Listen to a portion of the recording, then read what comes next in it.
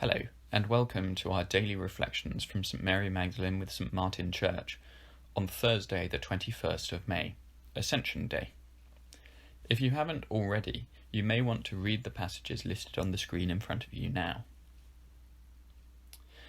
In the calendar of the Western Church, today is Ascension Day, the day on which we celebrate Jesus ascending into heaven after the resurrection.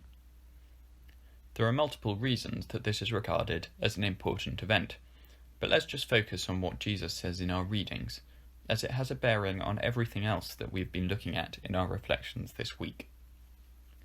The disciples at the start of Acts still don't understand what is happening, despite all that they have seen in the recent weeks in the crucifixion and the resurrection. They still thought that the Messiah would restore the physical kingdom of Israel, that he would be a political or military leader. Jesus tells them not to focus on that, but to focus on their mission. They will receive the Holy Spirit in order to bear witness to Jesus and what he has done in Jerusalem and in all Judea and Samaria and to the ends of the earth. In fact, Paul explained in our Ephesians passage, Jesus was taken into heaven for much more than the restoration of the physical kingdom of Israel.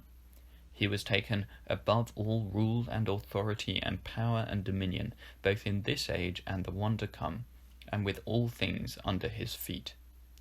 No earthly king could boast such power.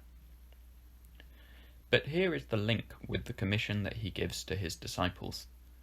They are sent to make disciples across the whole world, formed into a church which, Paul tells us, is the body of Christ, and he is our head. We can get sucked into thinking of the church, whether at a local, national or global level, as one institution or many of them.